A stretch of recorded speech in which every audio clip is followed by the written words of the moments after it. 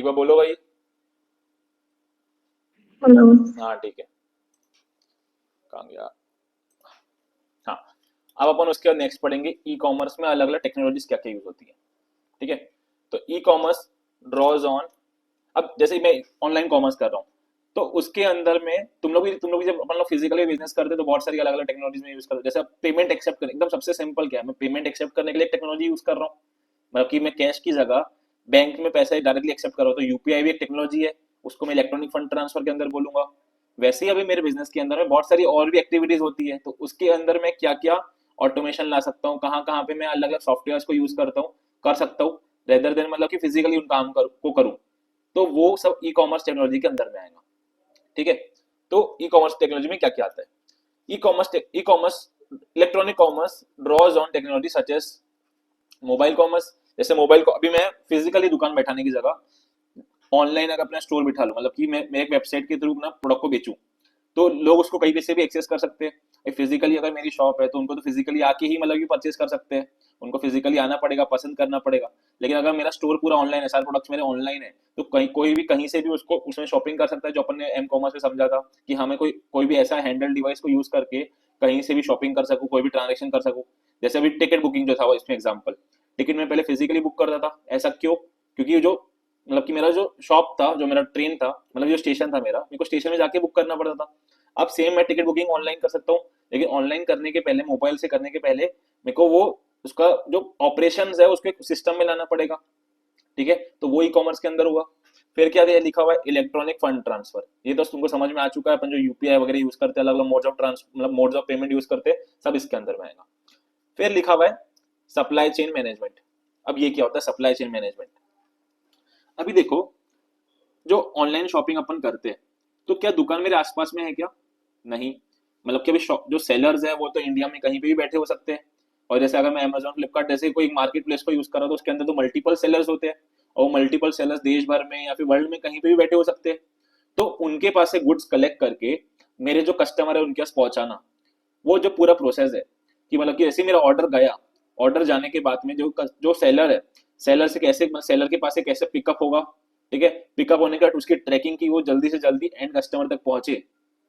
और सेलर भी जब मतलब कि जैसे सेलर नहीं, अगर मैं कोई मैन्युफैक्चरर हूँ, जैसे समझो कि अमेजन मैन्युफैक्चरर है, तो मैन्युफैक्चरिंग करने के पहले जो रॉ मटेरियल्स कहाँ से आ रहा है, कितना टाइम लग रहा है, तो उन सबको अभी कोई अगर बड़े ऑपरेशन है मेरे, जैसे जैसे कि समझो कि छोटी सी मेरी दुकान है, तो वो सब तो मैं फोन में बात करके या फिर नॉर्मल लिख मतलब लिख विख के मैं मैनेज कर सकता हूँ। लेकिन अगर समझो कि मेरे ऑपरेशन बहुत ज्यादा बड़े हैं, तो मुझे कोई सिस्टम लगेगा, कोई मतलब एप्लीकेशन लगेगा कि मुझे पता चले कि हाँ मैंने कोई ऑर्डर प्लेस किया तो कहाँ तक पहुंचा। जैसे अभी समझो कि मेरे मतलब कि मैं रोज के मेरे मुझे हंड्रेड्स ऑफ डीलिंग्स रहती है मुझे परचेज और सेल की। ठीक है। तो अभी मुझे एक एक डीलिंग का ध्यान रखना है कि कहाँ पे कौन सा गुड्स पहुंचा, किसका पेमेंट आ गया, किसका डिलीवरी के लिए डिस्पैच हुआ कि नहीं हुआ। तो अभी मैं कैसे एक एक चीज को लिख के रखूँ, तो उसके लिए मुझे क्या करना पड़ेगा, अगर मेरे पास एक एप्लीकेशन है, उसमें मैं एक एक मतलब की डिलीवरी आईडी से मतलब कि एक एक ऑर्डर नंबर से देख सकता हूँ कि मतलब कि कौन सा गुड डिस्पैच हो गया, कौन से गुड्स के लिए मतलब कि वो प्रोडक्शन हो गया कि नहीं हो गया उसका, कौन सा गुड्स डिलीवर हो गया, कौन से गुड्स की पेमेंट आ गए कि नहीं आ गए। तो एक सिस्टम रहेगा, तो मैं ये सब जितने प्रोसेस है उसकी मॉनिटरिंग वो सिस्टम को यूज करके कर सकता हूँ। तो वो यहाँ पे बोला सप्लाई चेन मैनेजमेंट के अंदर। ये सप्लाई चेन मैनेजमेंट अपन एक जो अपन नेक्स्ट चैप्टर पढ़ने वाले उसमें और डिटेल में अपन समझने वाले हैं। फिर क्या बोला है इंटरनेट मार्केटिंग। इंटरनेट मार्केटिंग मतलब क्या, अभी अपन ने सोशल कॉमर्स समझा, उसमें एक पार्ट क्या है मेरा इंटरनेट का मार्केटिंग। मतलब कि इंटरनेट मार्केटिंग बहुत ब्रॉड हो गया कि मतलब कि सोशल मीडिया के अलावा मैं कहाँ पे मार्केटिंग कर रहा हूँ। लेकिन सोशल कॉमर्स को जो अपन लोग जो एडवर्टीजमेंट दे रहा था मैं जो सोशल मीडिया प्लेटफॉर्म के अंदर में, वो भी इंटरनेट मार्केटिंग के अंदर में आएगा। या फिर समझो कि मैं कोई वेबसाइट के अंदर गया, ठीक है, कोई रिटर्न ब्लॉग है, ठीक है, या फिर तुम्हारे जो ईमेल्स होते हैं, तुमने देखा होगा तुम्हारे ईमेल के अंदर में बहुत सारे प्रमोशन वाले मेल्स आते हैं कि बैंक अकाउंट खोल लो, यहाँ पे इन्वेस्टमेंट कर लो, इंश्योरेंस ले लो, या फिर क्रेडिट कार्ड खरीद लो, मैं क्रेडिट कार्ड ले लो बेसिकली, लोन ले लो। तो तुम्हारे पास प्रमोशन वाले मेल आते हैं, मार्केटिंग हो रही है तुम्हारे साथ कि वो लोग तुमसे इंटरेक्ट करना चाह रहे हैं कि हाँ कस्टमर को खींचना चाह रहे हैं। सिमिलरली तुम लोग कोई अगर वेबसाइट जाते, कोई भी अगर तुम लोग सर्फ कर रहे हो इंटरनेट के ऊपर में, कोई अगर वेबसाइट ओपन करते हो, तो बीच बीच में तुमको एडवर्टाइजमेंट दिखती होगी, अमेजोन की तुमको एडवर्टाइजमेंट दिख रहा होगा। तो मतलब बेसिकली तुमको जो परचेस करना है उसकी ऑटोमेटिकली एडवर्टाइजमेंट वहां पे दिखने लग जाती है। तो इंटरनेट के अंदर मार्केटिंग हो रही है, लोग मतलब कि जो तुमको प्रोडक्ट खरीदना है उसकी, वो तुमको उसकी एडवर्टाइजमेंट दिख रही है, तो वो हो गया इंटरनेट मार्केटिंग। फिर क्या है ऑनलाइन ट्रांजेक्शन प्रोसेसिंग। अभी यहाँ पे मैं किसी भी ह्यूमन से इंटरेक्शन करता हूँ कि जब भी मैं ऑनलाइन शॉपिंग कर रहा हूँ, ठीक है, अगर मैं सोशल कॉमर्स में तो चलो हो सकता है कि हाँ मैं कि कोई मैं ह्यूमन से, जैसे कि मैं डायरेक्टली चैट में जाके बात करके ऑर्डर प्लेस कर रहा हूँ तो मैं उससे बात करूंगा। लेकिन अगर सोशल कॉमर्स के थ्रू भी वहां पे कोई वेबसाइट है, वेबसाइट में मतलब कि कोई लिंक होगी, लिंक पे क्लिक करूंगा, उनका कोई पेज ओपन हो जाएगा, उसमें गुड्स अपने सिलेक्ट करूंगा जो मुझे परचेस करने हैं, फिर चेकआउट करूंगा। तो यहाँ पे जो मैंने ऑर्डर प्लेस किया, तो अभी वहां पे मैंने किसी से बात तो नहीं किया, लेकिन अभी वो ऑर्डर को, ट्रांजेक्शन को प्रोसेस तो करना पड़ेगा ना। अब वो सिस्टम ऑटोमेटिकली प्रोसेस करता है, मुझे मैनुअली प्रोसेस करना पड़ता है क्या? नहीं करना पड़ता। ऑटोमेटिकली जैसे मैं ऑर्डर प्लेस करूंगा उनके सिस्टम में चला जाएगा कि कौन कहाँ से ये मतलब कहाँ से इसको डिस्पैच करवाना है, वो वेयर हाउस में चला जाएगा, वहां से फिर वो डिस्पैच होगा ऑटोमेटिकली सिस्टम में। जैसे डिस्पैच होगा मुझे नोटिफिकेशन आ जाएगा, हाँ डिस्पैच हो गया है, डिलीवरी के लिए निकल गया है, ठीक है। फिर मुझे सिस्टम में ऑटोमेटिकली अपडेट्स मिलते रहेंगे। उसका पेमेंट जैसे मैं करूंगा सामने वाले पर्सन को पता चल जाएगा कि पेमेंट रिसीव हो गया कि नहीं हुआ है। तो ये ट्रांजेक्शन का पूरा जो प्रोसेसिंग है सिस्टम में ऑटोमेटिकली होता है। तो वो ई कॉमर्स का एक पार्ट हो गया, उसके लिए मैं अलग अलग टेक्नोलॉजी यूज करता हूँ। अभी तुमको पता है अपन जो भी यहाँ पे पेमेंट्स अपन करते हैं तो एक ओटीपी अपन को आता है कभी कभी, हाँ नहीं, एक ओटीपी आता है।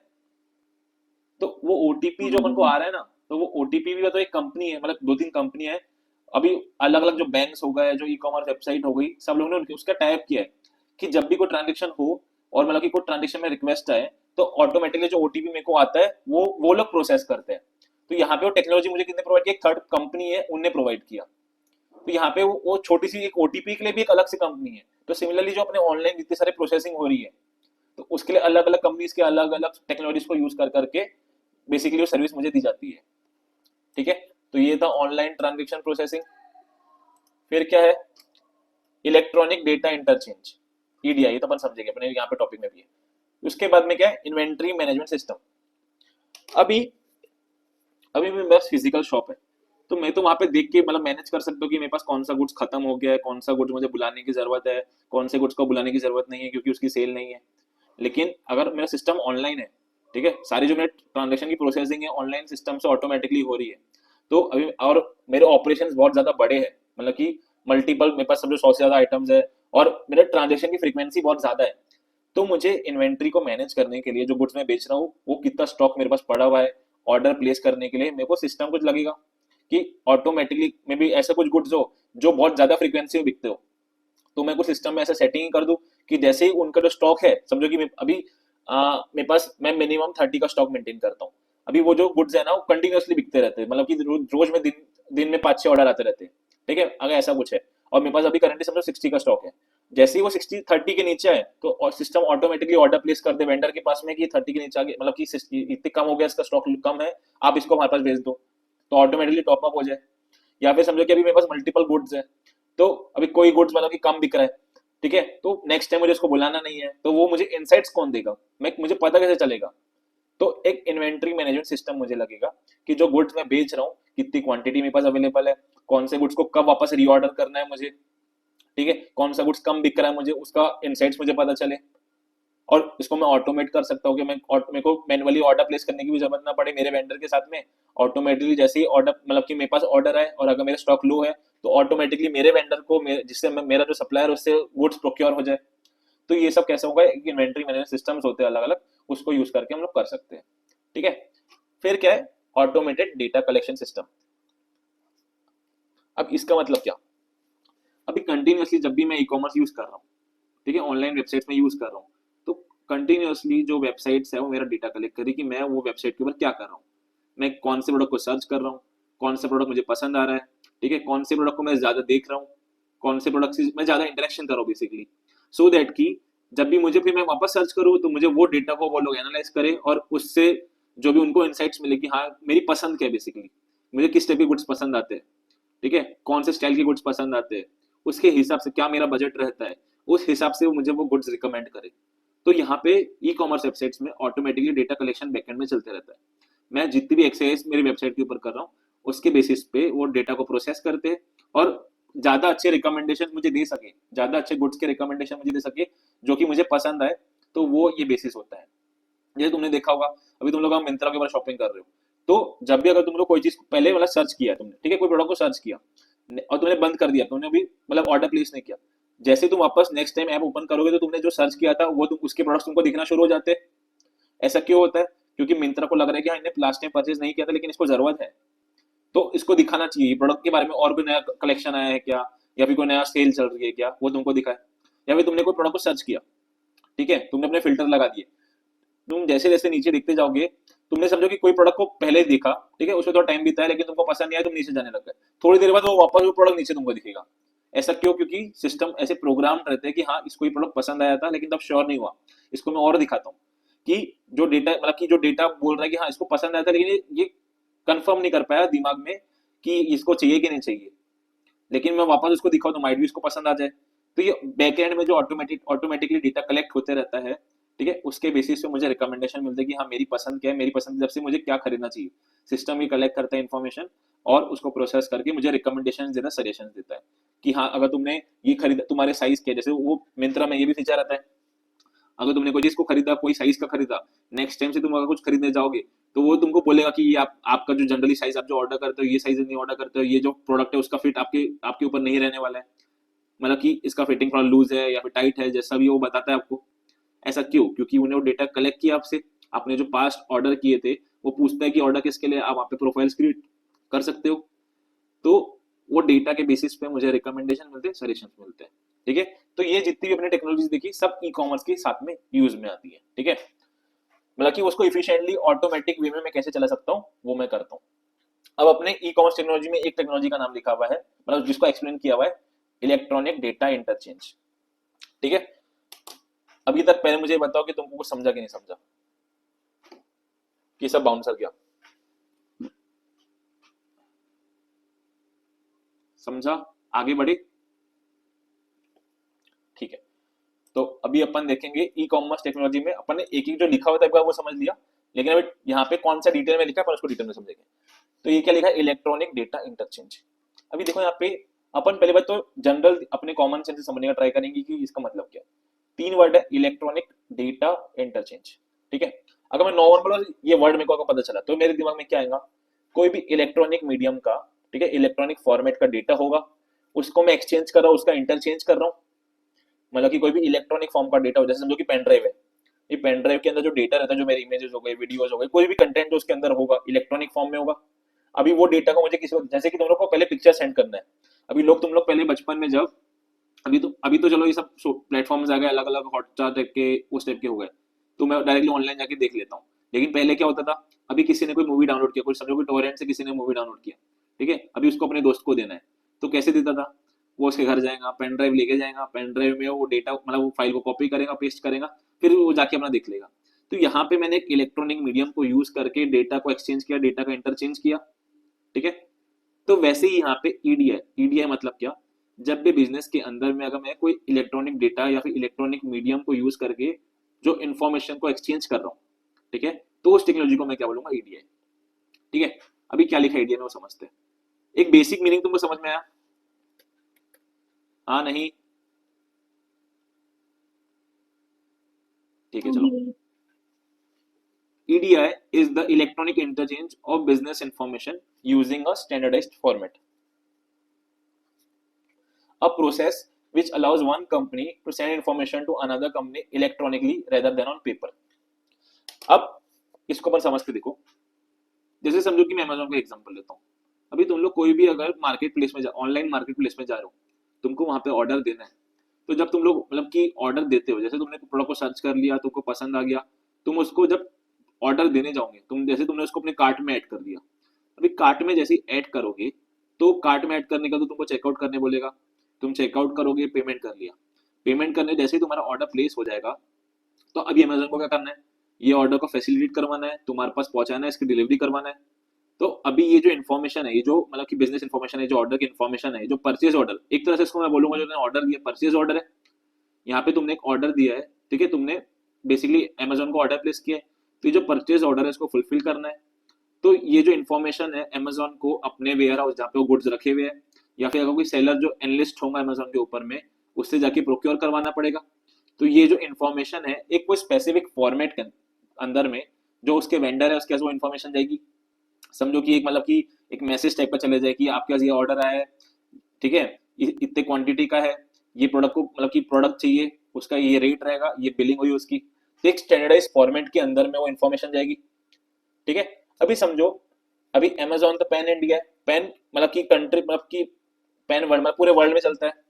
अब वहां पे तो लोग जो है, जैसे समझो कि अभी अमेजोन के ऊपर में हिंदी बोलने वाले लोग भी है, तमिल तेलुगु बोलने वाले लोग भी है, कन्नड़ बोलने वाले लोग भी है, मराठी बोलने वाले लोग भी है, सेलर की बात कर रहा हूँ।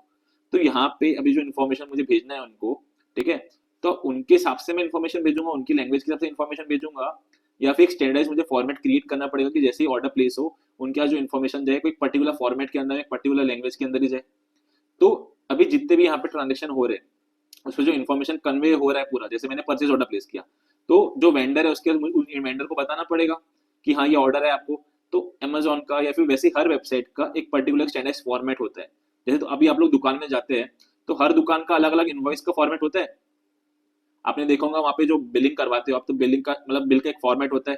तो आपने कभी अगर अमेजोन के जो बिल्स आते हैं फिजिकली आपने देखा होगा, तो बिल का फॉर्मेट अगर आपने देखा होगा तो वहाँ पे क्वांटिटी लिखा रहेगा, वेंडर का नाम लिखा रहेगा, ठीक है, रेट लिखा रहेगा, फिर कहाँ से आया है वो सब लिखा रहेगा। तो एक बेसिक मतलब कि एक पर्टिकुलर फॉर्मेट के अंदर ही पूरी इन्फॉर्मेशन लिखी रहती है, और नेक्स्ट टाइम बुलाओगे तो भी वो पर्टिकुलर फॉर्मेट के अंदर ही लिखा रहेगा। तो जितने भी बिजनेसेस है वो लोग क्या करते हैं, वो लोग वेबसाइट अपनी कितने बार भी बदल ले, लेकिन जो फॉर्मेट में इन्फॉर्मेशन भेज रहे हैं वो एक स्टैंडर्डाइज फॉर्मेट ही रहता है, हर ट्रांजेक्शन के लिए फॉर्मेट बदलते नहीं है। तो जो कम्युनिकेशन उनको इंटरनली करना है या फिर मेरे साथ में करना है, कस्टमर के साथ में करना है, तो एक पर्टिकुलर स्टैंडर्डाइज फॉर्मेट के अंदर में ही पूरा जो इन्फॉर्मेशन का एक्सचेंज हो रहा है। जैसे मैंने जो ऑर्डर प्लेस किया तो जो वेंडर के ऑर्डर का इन्फॉर्मेशन गया कि क्या क्या गुड्स को मतलब कि डिलीवर करवाना है, फिर जब डिलीवर होने वाले रहेंगे तो मेरे को जो नोटिफिकेशन आ रहा है कि आपके गुड्स डिलीवर हो गए, उनका पेमेंट हो गया, या फिर जो टाइमली अपडेट्स रहते हैं कि कहाँ पे पहुंचा। तो वो जो इन्फॉर्मेशन एक पर्टिकुलर फॉर्मेट के अंदर ही कन्वे होता है कि कहाँ पे पहुंचा, कितना टाइम में पहुंचा, यहाँ से डिस्पैच हो गया कि नहीं हुआ, आपके पास कब पहुंचने वाला है। तो ये जो इन्फॉर्मेशन है इलेक्ट्रॉनिकली ट्रांसफर हो रही है। क्या आपको किसी ने लेटर मतलब कि अमेजोन क्या सामने वाले वेंडर को फोन करके बताता हूँ, या फिर वहां पे कोई पीछे बंदा बैठा रहता है क्या वो फोन करके बताता हूँ, या फिर लेटर लिख के बताता हूँ कि हाँ आपका जो ये ऑर्डर है आपको फुलफिल करना है? नहीं।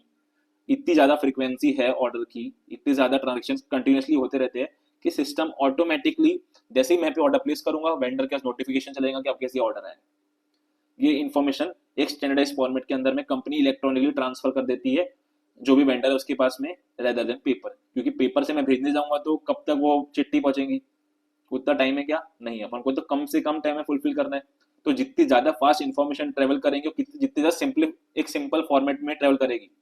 जैसे कि समझो कि अमेजोन ही से अभी अपने वेंडर के पास एक बार कोई एक पर्टिकुलर तरीके से इन्फॉर्मेशन भेजता है, नेक्स्ट टाइम कोई अलग तरीके से इन्फॉर्मेशन भेजेगा, तो सामने वाले वेंडर को भी एक बार अंडरस्टैंड करने के लिए टाइम लगेगा। रेदर देन अगर वो हर बार इन्फॉर्मेशन एक पर्टिकुलर फॉर्मेट के अंदर ही आती है तो कहाँ पे क्या उसको देखना है उसको पता रहेगा। तो एक स्टैंडर्डाइज फॉर्मेट के अंदर में वो इन्फॉर्मेशन ट्रेवल करती है इलेक्ट्रॉनिकली, कंपनीज इन्फॉर्मेशन ट्रेवल करवाती है, सेंड करती है अपने वेंडर्स के साथ में, अपने कस्टमर्स के साथ में, कि वो एक फॉर्मेट बना रहे, वो इजीली उसको समझ सके और ट्रांजेक्शन जल्दी से जल्दी हो सके रेदर देन पेपर।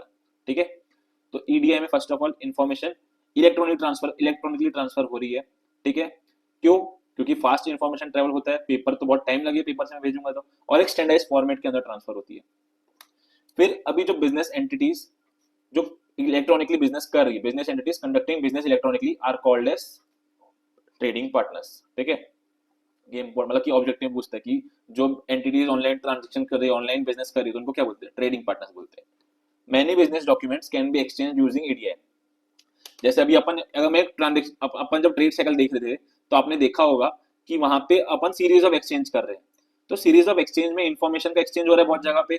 जैसे अभी समझो कि मेरे को कोई प्रॉब्लम है, वारंटी मुझे लेना है, तो मैं क्या फोन करके बताऊंगा कि उनको? नहीं, मैं उनके एप्लीकेशन पे जाऊंगा, उनकी वेबसाइट के ऊपर जाऊंगा, अपनी कंप्लेंट को रेस कर दूंगा, और जैसे मैं कंप्लेंट रेस करूंगा तो जो बंदा वारंटी देखता होगा उसके बाद एक स्टैंडर्डाइज फॉर्मेट में मतलब कि कहाँ से रिक्वेस्ट आई है, कौन सी प्रोडक्ट में प्रॉब्लम है, क्या प्रॉब्लम है, सब एक पर्टिकुलर फॉर्मेट में, एक स्टैंडर्डाइज फॉर्मेट में इन्फॉर्मेशन पहुंच जाएगी।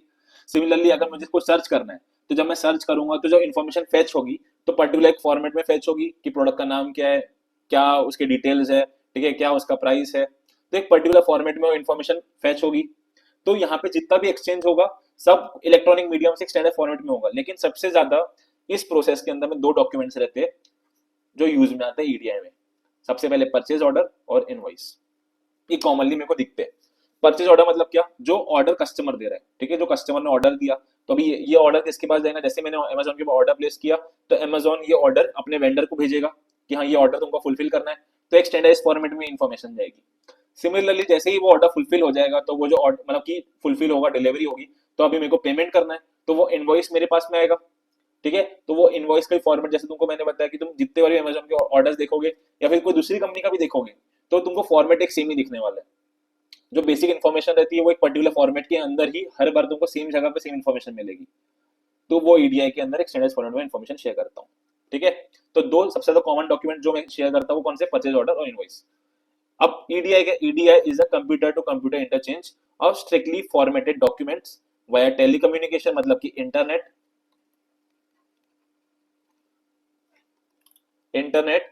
और physically transported on electronic storage media. तो अभी ईडीआई में क्या हो रहा है, यहाँ पे जो इन्फॉर्मेशन एक्सचेंज हो रही है, जैसे अभी मैं ऑर्डर प्लेस करूंगा तो मेरे सिस्टम से जब मैं ऑर्डर प्लेस करूंगा तो वैसे ही अमेजोन का जो सिस्टम होगा वो अपने वेंडर के पास भी एक कोई पर्टिकुलर डिवाइस के अंदर में, कंप्यूटर के अंदर में इन्फॉर्मेशन चले जाएंगी। और अपन ने देखा स्टैंडर्ड फॉर्मेट रहता है। अब कैसे जाएंगी, इंटरनेट के थ्रू तो जा ही रही है। और नेक्स्ट टाइम क्या लिखा है, और physically transported on electronic storage media, जो मैंने तुमको मूवी वाला एग्जांपल दिया। तो मूवी तो नॉन बिजनेस हुआ, लेकिन अगर मैं उसको बिजनेस के पर्सपेक्टिव से देखूं, जैसे समझो कि मुझे भी कोई चीज का प्रिंट करवाना है, ठीक है, तो भी मैं क्या कर सकता हूँ, उसको मेल कर सकता हूँ या फिर क्या कर सकता हूँ मैं अपने पेन ड्राइव में, ठीक है, पेन ड्राइव में डॉक्यूमेंट्स को कॉपी कर लूँ, उसकी शॉप पे चले जाऊँ, पेन ड्राइव कनेक्ट कर लूँ, ठीक है, कॉपी कर वो इन्फॉर्मेशन कॉपी कॉपी पेस्ट करके उसको मतलब कि प्रिंट आउट निकालना, प्रिंट आउट निकाल लूँ। तो यहाँ पे मैंने एक electronic storage device, electronic storage में क्या मतलब कि यहाँ पे जो पेन ड्राइव हो गई, सीडी हो गया या फिर मोबाइल फोन भी हो गया, क्योंकि मोबाइल फोन के अंदर भी तो अपने मतलब कि सब स्टोर रहता है, मोबाइल फोन को भी मैं जाके वहां पे कनेक्ट करके इन्फॉर्मेशन को ट्रांसफर कर सकता हूँ, रेदर देन मैं पेपर में ले जाने की जगह एक इलेक्ट्रॉनिक मीडियम को यूज करके वहां पे इन्फॉर्मेशन का ट्रांसफर कर रहा हूँ। तो यहाँ पे जो इन्फॉर्मेशन ट्रांसफर होगी वो फॉर्मेट के अंदर में एक इलेक्ट्रॉनिक मीडियम को यूज करके होगी। समझ में आया ईडीआई का मतलब? हाँ नहीं? हाँ इट्स एक बार पूछ रहा हूँ, क्या बोल रही है तू? ठीक है, बाकी बताइए, कोई डाउट है इसमें, कुछ और क्लैरिटी चाहिए? थोड़ा सा चला क्या बोली श्री? थोड़ा सा रिपीट करते हैं। तो नहीं समझा क्या बोल रही? स्टार्टिंग स्टार्टिंग का या समरी पढ़ो। मैं बोल रहा हूँ देख, ईडीआई का मतलब है फर्स्ट ऑफ ऑल तीन वर्ड है उसमें, इलेक्ट्रॉनिक डेटा इंटरचेंज। जब भी मैं डेटा का एक्सचेंज कर रहा हूँ, इंटरचेंज कर रहा हूँ, कोई भी इलेक्ट्रॉनिक मीडियम को यूज करके, कोई भी इलेक्ट्रॉनिक डिवाइस को यूज करके, तो वो ईडीआई के अंदर कहलाएगा। अभी जब मैं फिजिकली, जब ट्रेडिशनली मैं बिजनेस करता हूँ तो मैं कैसे करता हूँ, मेरा जितना भी इन्फॉर्मेशन का एक्सचेंज होता है वर्चुअल मतलब कि वर्बली होता है। मैं जैसे ऑर्डर दूंगा तो मैं फिजिकली दुकान में जाऊंगा, बताऊंगा कि मुझे क्या क्या चाहिए, ठीक है, वो मुझे मतलब कि गुड्स निकाल के देगा, मुझे सेल करेगा। लेकिन यहाँ पे क्या हो रहा है, मैं फिजिकली तो किसी से बात नहीं करता हूँ, मैं एक स्क्रीन से बात करता हूँ। तो स्क्रीन से जब मैं अमेजोन में ऑर्डर कर रहा हूँ तो मैं एक पर्टिकुलर मतलब मेरे सामने फोन रहता है या फिर मेरा लैपटॉप होगा, मैं उसमें ऑर्डर प्लेस करूंगा। तो यहाँ पे जो इन्फॉर्मेशन मैं भी मतलब कि जो भी मैं सर्च करूंगा, जो भी मैं ऑर्डर प्लेस करूंगा, तो अभी अमेजोन में जैसे ही मैं ऑर्डर प्लेस करूंगा तो क्या अमेजोन किसी को मतलब कि ऐसे फोन करके थोड़ी बताएगा कि आपको ये ऑर्डर मतलब कि अभी फुलफिल करवाना है। ऑटोमेटिकली सिस्टम क्या करेगा, वो जैसे ही ऑर्डर मैं यहाँ पे प्लेस करूंगा, जो अमेजोन का वेंडर होगा उसके पास नोटिफिकेशन चले जाएगा एक पर्टिकुलर फॉर्मेट के अंदर में, एक स्टैंडर्ड फॉर्मेट के अंदर में कि ये ऑर्डर आपको फुलफिल करना है। क्या ऑर्डर होगा कि आपको यहाँ पे डिस्पैच करवाना है, ये क्वांटिटी है, ये प्रोडक्ट है, ये प्राइस है कि आपकी बिलिंग के लिए, ठीक है, ये टर्म्स एंड कंडीशंस है। तो यहाँ पे एक पर्टिकुलर फॉर्मेट के अंदर में वो ऑर्डर चले जाएगा। तो ईडीआई मतलब बेसिकली क्या, बिजनेस के अंदर में जब भी मैं कोई भी जो भी मेरा डे टू डे ट्रांजेक्शन हो, जो भी अपन ने देखा था ट्रेड साइकिल के अंदर सीरीज ऑफ एक्सचेंजेस जो होते हैं, इन्फॉर्मेशन का जो भी एक्सचेंज हो रहा है, अगर मैं इलेक्ट्रॉनिक मीडियम को यूज करके कर रहा हूँ, ठीक है, तो वो सब ईडीआई के अंदर में आएगा। ईडीआई के अंदर दो डॉक्यूमेंट मैंने बताया कि सबसे कॉमनली यूज होते हैं, परचेज ऑर्डर और क्या, इनवॉइस। क्योंकि वो डॉक्यूमेंट एक मेरे को एक मतलब कि डायरेक्टली मैं देखता हूँ, जैसे मैं ऑर्डर प्लेस करूंगा तो सामने वाले के ऑर्डर तो आएगा, एक ऑर्डर की समरी आएगी कि क्या ऑर्डर है। वैसे ही जैसे कि मेरे को डिलीवर हो जाएंगे गुड्स तो मेरे पास एक इनवॉइस आएगा कि हाँ ये आपने ऑर्डर किया था, ये आपका इनवॉइस है। वैसे ही बैकएंड में जो कम्युनिकेशन हो रही है वो सब भी एक पर्टिकुलर फॉर्मेट के अंदर ही हो रही है, ठीक है। तो वो ईडीआई बोलना चाह रहा है। समझा नहीं समझा कुछ? समझ गया। ठीक है। अब यहाँ पे एक और चीज मुझे दिखाना है तुमको, ये मैंने तुमको बताया ईडीआई क्या होता है। अभी तुम ट्रेड साइकिल वाले पेज में आओगे, ठीक है, तो ट्रेड साइकिल जहाँ पे समझा हुआ है उसके बाद में एक यहाँ पे एक इमेज है। तो तुमको यहाँ पे देखो, यहाँ पे एग्जीक्यूशन फेज और सेटलमेंट फेज के अंदर में ईडीआई लिखा हुआ दिख रहा है ईडीआई। तो देखो अपन ने ईडीआई में देखा था सबसे मोस्ट कॉमन डॉक्यूमेंट्स कौन से होते हैं, परचेज ऑर्डर और इनवॉइस। तो अगर क्वेश्चन ऐसा पूछा जाता है कि ईडीआई ट्रेड साइकिल के कौन से फेजेस में सबसे ज्यादा यूज में आता है, क्या बोला मैंने, ईडीआई ट्रेड साइकिल के कौन से फेजेस में सबसे ज्यादा यूज में आता है, प्री सेल्स हो गया, आफ्टर सेल्स हो गया, कहाँ पे यूज में आता है, तो तुम क्या बोलोगे, एग्जीक्यूशन और सेटलमेंट। क्यों? क्योंकि एग्जीक्यूशन के जब ऑर्डर प्लेस कर रहे हो तब परचेज ऑर्डर, वो इन्फॉर्मेशन एक्सचेंज फॉर्मेट में जाती है, और सेकंड क्या, इनवॉइस, क्योंकि इनवॉइस भी मेरा एक पर्टिकुलर फॉर्मेट के अंदर में आता है। देखे नहीं देखे यहाँ पे? हाँ नहीं? हाँ भैया। ठीक है, चलो आगे देखे। यहाँ तक किसी को डाउट है? चलो आगे देखते हैं। अब इसके बाद नेक्स्ट टॉपिक, अब अपना ईडीआई कंप्लीट हो गया, ऑलमोस्ट अपना ई कॉमर्स कंप्लीट हो गया। अब ई कॉमर्स के बाद में नेक्स्ट टॉपिक यहाँ पे चालू हो रहा है, ई गवर्नेंस। जैसे ई कॉमर्स था, ई कॉमर्स क्या है, जनरली बिजनेस से रिलेटेड था, लेकिन जो ई गवर्नेंस है अभी वो क्या है, गवर्नमेंट जो अपन को सर्विसेज देती है वहां पे कैसे वो इलेक्ट्रॉनिकली चेंजेस ला रही है, बदलना चाह रही है। ठीक है, तो e governance it signifies the implementation of information technology in the government processes and functions as to ensure simple, moral, accountable and transparent governance। इसका मतलब क्या? अभी ई कॉमर्स, अभी मैं जो बिजनेस कर रहा हूँ तो चलो वो तो अभी ऑनलाइन हो गया, लेकिन जो गवर्नमेंट की जितनी प्रोसेस है, मेरा जो एक सिटीजन है या फिर जो भी नॉर्मल पर्सन है उसका गवर्नमेंट के साथ ही बहुत ज्यादा काम पड़ता है, गवर्नमेंट के साथ ही बहुत सारा इंटरेक्शन होता है। तो गवर्नमेंट वहां पे ऐसा क्या कर रही है कि जो चीजें, जो प्रोसेसेस है वो सब उसको इलेक्ट्रॉनिक मीडियम के थ्रू अच्छा दे सके अपने कस्टमर्स को, अपने सिटीजन्स को। अच्छा, तुमने ये चीज अभी न्यूज पढ़ी है क्या, या किसी ने सुना हो? अभी तुमने सुना, किसी ने अगर सुना होगा तो, जैसे बहुत सारे पब्लिकेशंस होते हैं, बुक्स होते हैं जो मतलब कि अलग अलग जगह पे, तुम लोग कोई कॉलेज जाओ तो तुमको जैसे लाइब्रेरी का एक्सेस होता है नहीं होता है, तो लाइब्रेरी के अंदर अंदर बहुत सारी बुक्स होती है, पब्लिकेशंस आते हैं। तो अभी गवर्नमेंट क्या कर रही है, गवर्नमेंट एक पोर्टल बना रही है, उस पोर्टल में देश भर में जितने भी अलग अलग पब्लिकेशंस होते हैं, ठीक है, देश भर में जो भी बुक पब्लिश हो रही है, जो भी अलग अलग इन्फॉर्मेशन पब्लिश हो रही है, जो कि रिस्ट्रिक्टेड है, लोगों जनरल पब्लिक को मिलती नहीं, जो पे करके खरीदना पड़ता है, मतलब कि किसी को पढ़ना है तो उसको पे करना पड़ेगा। तो गवर्नमेंट क्या कर रही है, एक पोर्टल बना रही है, और उस पोर्टल में सारा जो जितना भी इन्फॉर्मेशन है, जो भी अलग अलग पब्लिकेशन है जो कि पेड है, अगर किसी नॉर्मल पर्सन को उसको पढ़ना है तो उसको पैसा देना पड़ेगा, तो वो सब इन्फॉर्मेशन उस पोर्टल के अंदर फ्रीली मिलेगी। तो यहाँ पे बेनिफिट क्या है, जैसे कि समझो कि अभी एक बंदा है, एक तुम लोग जैसे स्टूडेंट है, अभी वो आईआईएम में पढ़ रहा है, ठीक है, और एक बंदा है एनएमडी में पढ़ रहा है, तो अभी दोनों में डिफरेंस क्या होगा? फर्स्ट ऑफ ऑल उसके पास तो इन्फॉर्मेशन जो है एक मिसमैच होगा, कि जो आईएम का बंदा है उसके पास तो जो रिसोर्सेज उसको वहां पे प्रोवाइड कर दिए जा रहे होंगे, कि आईएम के पास जो भी पब्लिकेशन वो अपने स्टूडेंट को प्रोवाइड कर रहा है, जो लेक्चर जो प्रोवाइड करवा रहा है, वो एनएमडी के बच्चे को मिलेंगे क्या? नहीं, वहां पे तो उसको एक्सेस नहीं मिलेगा। क्यों? क्योंकि आईएम की तो फिर फीस इतनी ज्यादा है, वहां पे जो रिसोर्सेज है उनके बहुत ज्यादा है, एनएमडी के रिसोर्सेज नहीं है। तो अभी ये जो असिमेट्री है, जो इंफॉर्मेशन की असिमेट्री है, उसको मिटाने के लिए गवर्नमेंट क्या कर रही है कि ये जो इन्फॉर्मेशन सबको नहीं मिलती है, जो सिर्फ कुछ लोगों के हाथ में रिस्ट्रिक्टेड रहती है, कुछ स्टूडेंट्स के पास में, कुछ कॉलेजेस के पास में, वो सभी सभी को वो इन्फॉर्मेशन इजीली मिल सके, उसके लिए एक पोर्टल बना रही है। तो अब पोर्टल कैसे, अब यहाँ पे तुमसे तो कुछ चार्ज नहीं किया जा रहा है, कुछ जो सिटीजन होगा, जो मतलब कि जो पढ़ रहे बच्चों, उनसे तो कुछ चार्ज नहीं किया जा रहा है, लेकिन यहाँ पे क्या, एक पोर्टल को यूज करके, एक इलेक्ट्रॉनिक मीडियम को यूज करके वो सेम इन्फॉर्मेशन सभी को, तुम लोग एक आईडी क्रिएट करोगे, तुम लोग सब लोग उसको एक्सेस कर सकते हो। तो यहाँ पे एक पोर्टल को यूज करके, एक इलेक्ट्रॉनिक मीडियम को यूज करके वो सर्विस तुमको दे रही है। तो ये भी ई गवर्नेंस का पार्ट होगा, क्योंकि गवर्नमेंट की रिस्पॉन्सिबिलिटी है कि जो मतलब कि जितने भी लोग पढ़ रहे हैं, लिख रहे हैं, उनको वो अच्छे से वो लोग पढ़ लिख सके, एजुकेशन प्रोवाइड करना गवर्नमेंट का काम है। सिमिलरली अभी बहुत सारे अलग अलग कोर्सेज होते हैं, ठीक है, अभी स्किल डेवलप करना है लोगों की, तो एक मेरे को एप्लीकेशन का नाम तो नहीं याद नहीं आ रहा, लेकिन एक एप्लीकेशन है, उसमें अलग अलग कोर्सेज गवर्नमेंट खुद चलाती है, ठीक है, सारे टाइप के अलग अलग, सॉफ्टवेयर डेवलपमेंट बोलो या अकाउंट, जैसे अभी जितने भी पढ़ाई की चीजें होगी, कुछ भी तुमको सीखना है तो उसके अंदर तुम सर्च करोगे, टॉप अलग अलग कॉलेजेस के, वहां पे प्रोफेसर्स के वहाँ पे कोर्सेज बने हुए हैं, तुम उस कोर्सेज को अटेंड कर सकते हो फ्रीली, तुमको कोई पैसा देने की जरूरत नहीं। तो यहाँ पे गवर्नमेंट ने क्या किया कि कोई भी मतलब कि जैसे किसी को भी एक्सेस नहीं मिल रहा है कोई इन्फॉर्मेशन का या फिर एजुकेशन का, या उसको अफोर्ड नहीं कर सकता है, तो सब लोग उसको पढ़ सके, लिख सके और आगे बढ़ सके, उसलिए गवर्नमेंट ने क्या किया, एक पोर्टल क्रिएट कर दिया, एक एप्लीकेशन क्रिएट कर दिया, और वहाँ पे अलग अलग कोर्सेज चल रहे हैं, और वो सर्टिफिकेट जो है मतलब कि उनकी अच्छी मान्यता भी है कि हाँ वहाँ वो किया हुआ है तो अच्छा है, कुछ ऐसा नहीं, क्योंकि वहाँ पे जो पढ़ा रहे हैं लोग, वहाँ पे जो कोर्सेज डले हुए हैं वो टॉप कॉलेजेस के जो प्रोफेसर है उन लोग के डले हुए हैं। तो ये भी गवर्नेंस में हो गया।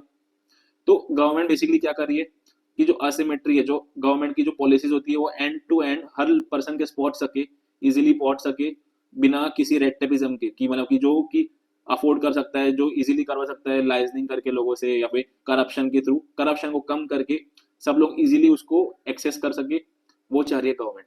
जैसे अभी टिकट है, ये सब जो नॉर्मल अपनी डे टू डे एक्टिविटीज है जो गवर्नमेंट का डीलिंग होती है, जैसे रेलवे टिकट, अभी वहां पे क्या चलता था कि वहां पे अभी तत्काल की टिकट बुक करना है तो तत्काल की टिकट है वहां पे लाइन लगाओ। अभी लोग क्या करते थे, वहां पे बाहर में रिक्शा वाले लोग रहते हैं, उनको हमें 100-200 रुपए देते कि वहां पे लाइन में लगा रहते थे कि सुबह सुबह 7 बजे को लाइन में लगी, फिर 3-3 4-4 घंटे लाइन में लगना पड़ता था। अभी यहाँ पे क्या, या फिर अंदर जो बैठा है जो टिकट बना रहा है उससे पहले से कुछ सेटिंग कर लो कि वो पहले तुम्हारी टिकट निकाल दे, बाद में बाकी होगी। तो ये सब चीजों के लिए, इससे बचने के लिए, इसमें एफिशिएंसी लाने के लिए गवर्नमेंट ने क्या किया, अभी उसको पूरा वो प्रोसेस को इलेक्ट्रॉनिक मीडियम में डाल दिया, ऑनलाइन कर दिया कि कोई भी कहीं भी बैठे बैठे टिकट बुक कर सकता है, तुमको वहां जाने की जरूरत नहीं है। ऐसी बहुत सारी अलग अलग जो अपनी तुम्हारी गवर्नमेंट की रिलेटेड काम है, सबको गवर्नमेंट क्या कर रही है, उसको इलेक्ट्रॉनिक मीडियम में ट्रांसफर कर रही है। ठीक है, तो ये सब चीजें ई गवर्नेंस में कहीं ना कहीं बैठेंगी जो अपन आगे पढ़ने वाले हैं।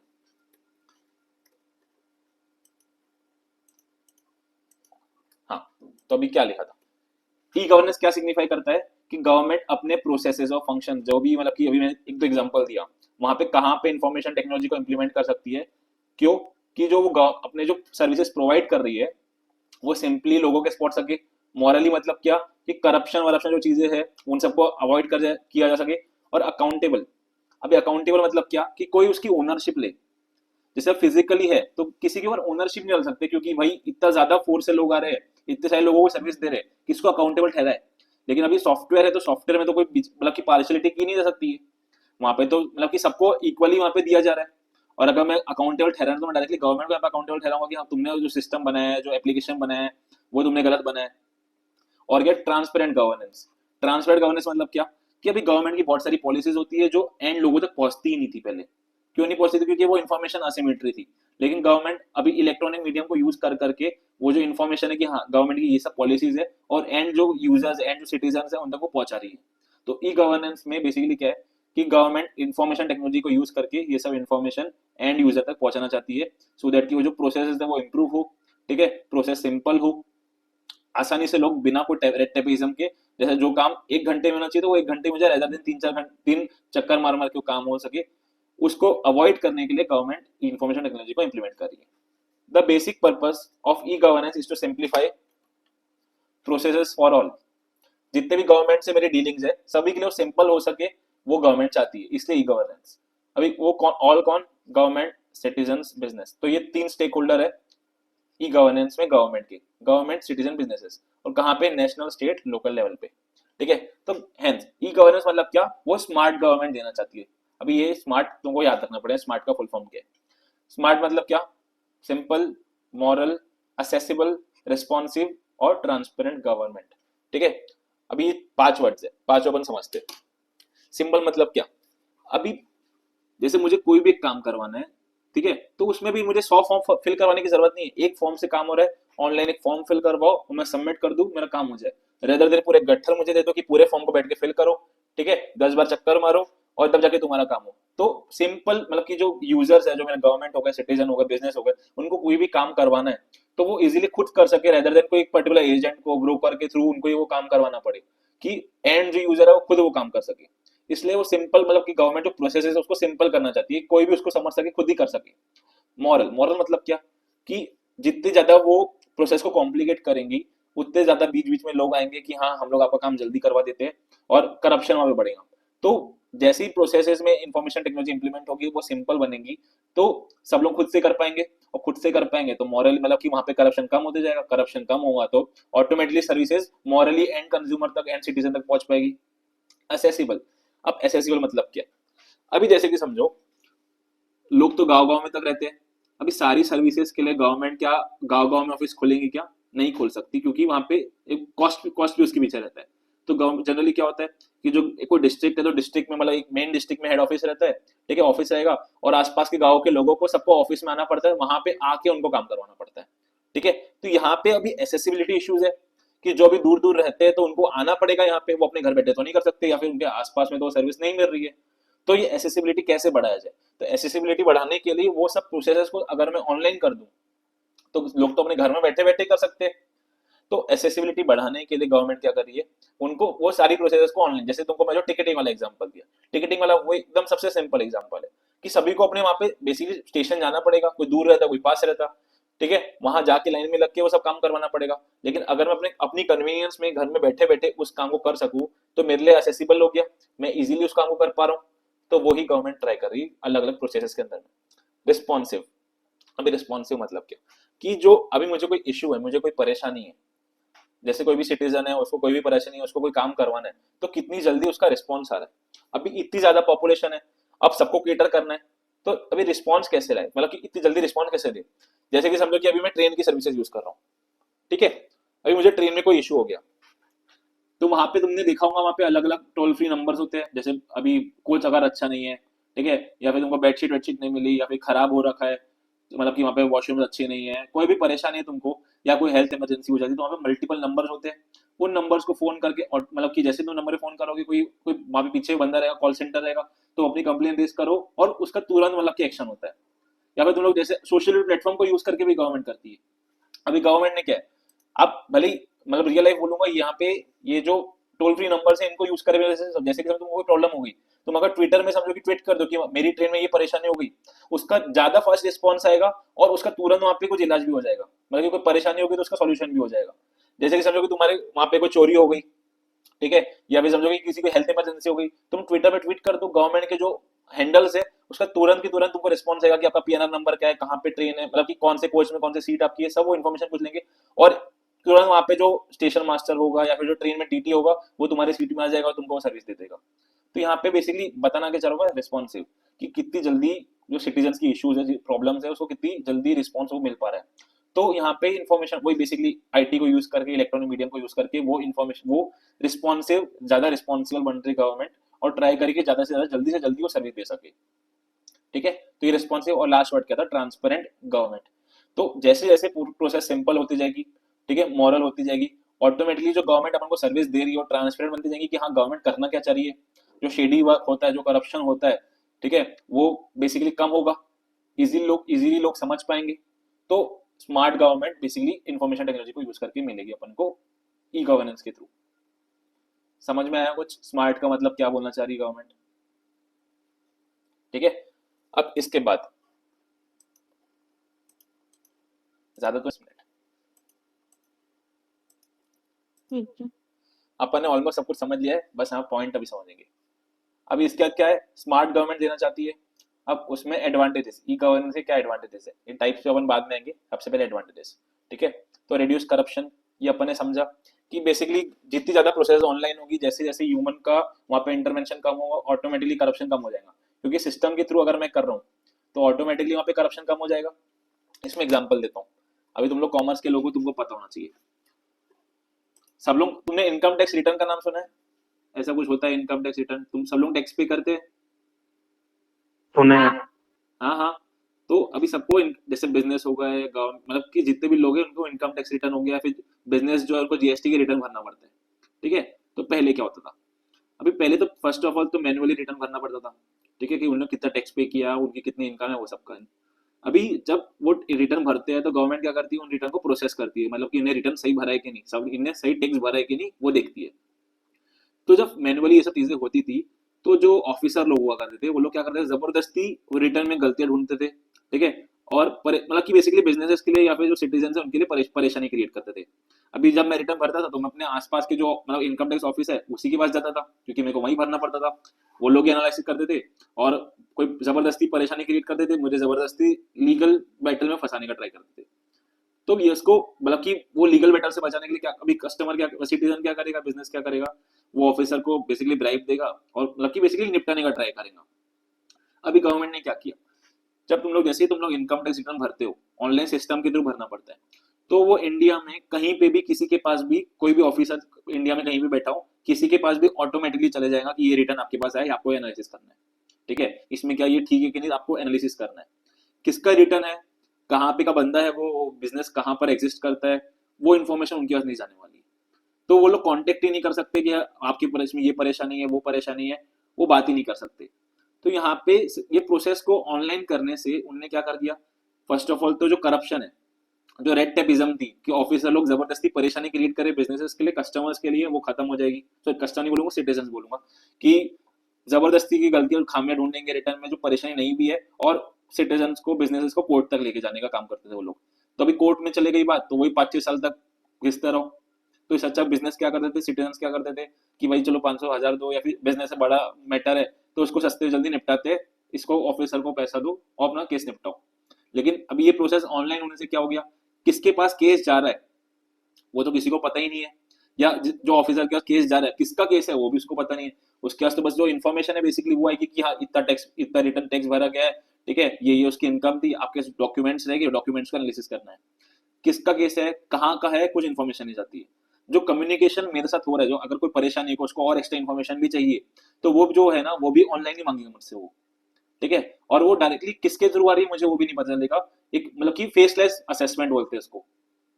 तो यहाँ पे क्या होगा, अभी जो करप्शन है वो कम होगा, जबरदस्ती के वो लोग केसेस क्रिएट नहीं कर पाएंगे, ठीक है, और जो प्रोसेस है फास्ट होगा, क्योंकि पता ही है हमारे पास यहाँ पे ऑप्शन ही नहीं करप्शन का, तो ऑटोमेटिकली केस भी फास्ट प्रोसेस करेंगे, जबरदस्ती लटकाएंगे नहीं कोई चीजों के लिए, तो यहाँ पे करप्शन कम होगा। समझ में आया, एक ही एग्जांपल हो गया।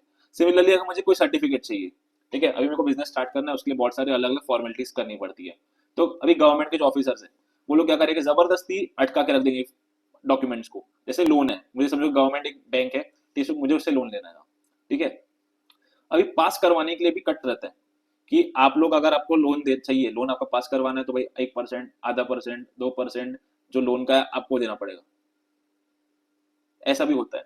तो इसको इससे टैकल करने के लिए, करप्शन हटाने के लिए गवर्नमेंट मतलब कि क्या करी, कोई पोर्टल्स को ऑनलाइन कर रही है, जो प्रोसेस है उसको सेंट्रलाइज कर रही है कि जो लोन डिसबर्स होगा, सैंक्शन होगा, वो वहां पे जो लोकल बंदा बैठा है वो नहीं करेगा, कोई थर्ड पर्सन ही करेगा, कोई रैंडम ही पर्सन कहीं और बैठा हुआ बंदा करेगा, कि कोई कॉन्टेक्ट ही ना कर सके। तो ये एक एग्जांपल हो गया। टिकट वाला तुमको मैंने एग्जांपल दिया ही। वैसे जितने भी नॉर्मल डे टू डे में अपने में डॉक्यूमेंट्स मेरे को बनवाना है, आधार कार्ड, पैन कार्ड, कोई भी डॉक्यूमेंट मुझे बनवाना है, तो हर जगह पे करप्शन चलता था। लेकिन गवर्नमेंट धीरे धीरे धीरे धीरे क्या कर रही है, उसको ऑनलाइन करवा रही है। जैसे भी पासपोर्ट है, मुझे पासपोर्ट बनवाना है, तो पासपोर्ट में क्या होता है, पुलिस वेरिफिकेशन होता है। तो यहाँ पे पुलिस वालों का फिक्स रहता है कि आपको जल्दी आपका वेरिफिकेशन करवाना है, तो भाई 500 रुपए दो, काम आपका जल्दी हो जाएगा। लेकिन अभी गवर्नमेंट इसको क्या कर रही है, इसको भी ऑनलाइन कैसे कर सकती है कि भाई वहां पे कॉन्टेक्ट ही ना हो, ठीक है।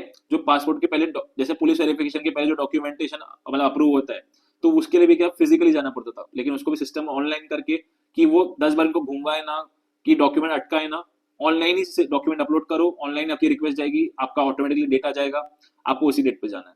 यहाँ पे कोई रोकने वाला काम ही नहीं है, कोई अटकाने वाला काम ही नहीं है।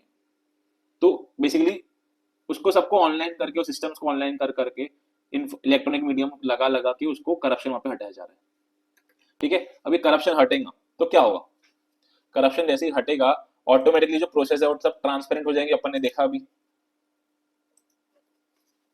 कि जो प्रोसेस है, जो भी प्रोसेस हो रही है, जितने भी सिस्टम्स लगे हुए हैं, वो क्या होगा कि कैसे होना है, वो प्रोसेस सिंपल हो जाएगी। सिंपल हो गई तो जो कोई भी सिटीजन है उसको कर सकता है, उसको किसी की ब्रोकर की, मिडलमैन की जरूरत नहीं है। तुमको मैंने एक लाइसेंस वाला भी एग्जांपल दिया था कि लाइसेंस पहले मैनुअली बनाना पड़ता था, अभी गवर्नमेंट की ऑनलाइन वेबसाइट है, वहां पे खुद जाके रजिस्ट्रेशन कर सकता हूँ। लेकिन वहां पे जो टेस्ट है वो फिजिकल होता है, तो वो लोग उसमें अटका देते हैं, जो ऑनलाइन वाला केस आता है उसको फेल कर देते हैं जबरदस्ती, छोटी छोटी गलतियों को लेके। तो यहाँ पे उसको कंप्लीटली गवर्नमेंट ऑनलाइन नहीं कर पा रही है, लेकिन जहां पे भी प्रोसेस ऑनलाइन पूरी कर सकती है, गवर्नमेंट उसको पूरा ऑनलाइन करने का ट्राई कर रही है, वहां पे ट्रांसपेरेंसी लाने का ट्राई कर रही है। इंक्रीज कन्वीनियंस, कन्वीनियंस कैसे, जैसे सिंपल होगी प्रोसेस, ट्रांसपेरेंट होगी, करप्शन कम होगा, तो एंड यूजर, जैसे तुमको मैंने जो गांव वाला एग्जांपल दिया, अभी ऑफिस अगर समझो गोंदिया में और कोई अगर आसपास के जो गांव में रहता है, तो उसको तो वहां पे बार बार चक्कर मारना पड़ेगा। लेकिन अगर वो सेम प्रोसेस ऑनलाइन हो जाए तो घर बैठे बैठे कर सकते हैं, तो उसके लिए तो कन्वीनियंस बढ़ी गया ना। उसका जो काम उसको पूरा पूरा दिन देना पड़ता था, 2-4 बार चक्कर मारना पड़ता था, वो दिन में कभी भी बैठे बैठे जब उसका मन करे तब कर सकता है, तो कन्वीनियंस उसका इंक्रीज हो गया। फिर क्या है, डायरेक्ट पार्टिसिपेशन ऑफ कॉन्स्टिट्यूएंट्स। इसका मतलब क्या, अभी गवर्नमेंट क्या करती है, जो अपने सिटीजन है, बिजनेस है, उनसे कोई भी पॉलिसी बनाने के पहले उनसे कुछ फीडबैक लेती है, उनसे मतलब कि क्या हम लोग इसमें इंप्रूव कर सकते हैं, क्या बदल सकते हैं। जैसे समझो टैक्स में कुछ चेंजेस आ रहे हैं, ठीक है, टैक्स में कुछ गवर्नमेंट कुछ रिफॉर्म्स लाना चाह रही है, कुछ चीज बदलना चाह रही है, तो पहले क्या, वो चेंजेस लाने के पहले क्या करेगी गवर्नमेंट, अलग अलग मीटिंग्स करेंगी, कुछ ऐसे पब्लिक फोरम्स में पहले एक ड्राफ्ट पब्लिश कर देंगे कि इसमें आपकी क्या राय है, ये ठीक है क्या, अगर आपको इसमें कुछ अल्टरनेट चीज मतलब कि आपको बताना है, रिकमेंड करना है तो बताओ। तो कोई भी पॉलिसी डिसीजन में लाने के पहले, पॉलिसी इंप्लीमेंट करने के पहले गवर्नमेंट क्या करती है, जो जो उसके स्टेक होल्डर्स है, जो जिसको वो इफेक्ट करने वाली, उनके ऊपर क्या इफेक्ट आएगा, उनके क्या फीडबैक है, उनके क्या रिकमेंडेशन है, उनको ठीक लग रहा है कि नहीं लग रहा है, वो उनसे पूछती है। तो अभी पहले क्या फिजिकली वो सेम, बस क्या प्रॉब्लम है फिजिकल, इलेक्ट्रॉनिक मीडियम आने की वजह से क्या हो रहा है कि वो इजीली कम टाइम में सब चीजें कर पा रही है। यहाँ पे जो फीडबैक लेना है, कोई भी चीजें गवर्नमेंट को पता करवाना है, तो बस वो एक सर्वे, एक ऑनलाइन सर्वे निकाल देगी, सब लोगों के पास मेल चले जाएगा, मेल सब लोग वो मेल में ओपन करके जिनको अपने फीडबैक देना है, अपनी कोई भी चीजें बतानी है, वो उसके अंदर बता सकते हैं, रिकमेंड कर सकते हैं।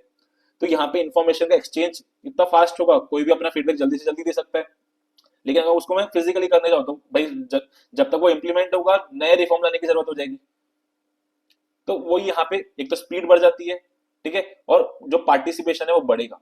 मैं ज्यादा से ज्यादा लोगों का पार्टिसिपेशन ले सकता हूँ, ज्यादा से ज्यादा लोगों का फीडबैक ले सकता हूँ, एक लिमिटेड मुझे सेट पे काम नहीं करना पड़ेगा। ठीक है, और क्या बोलना चाह रहा था वहां पे, फिर रिडक्शन इन ओवरऑल कॉस्ट और expanded reach of government. Reduction in overall cost कैसे, अगर करप्शन कम होगा, जैसे समझो कि अभी कोई इंफ्रास्ट्रक्चर प्रोजेक्ट आ रहा है, ठीक है, इसके लिए मैं तुमको बताता हूँ। अभी जैसे तुमने देखा होगा, ये प्रॉब्लम सब लोग फेस करते हैं, अपने यहाँ पे रोड बन जाता है, रोड बनने का तुमको याद रहता है कि भाई नाली नहीं बनी, पाइप की लाइन नहीं लगी, ऐसा तुमने देखा होगा। बन जाता है, उसके 6 महीने बाद ही वो लोग खोदने आते हैं, होता है, तुमने देखा होगा, सबके घर में, सबके आसपास में हुआ होगा।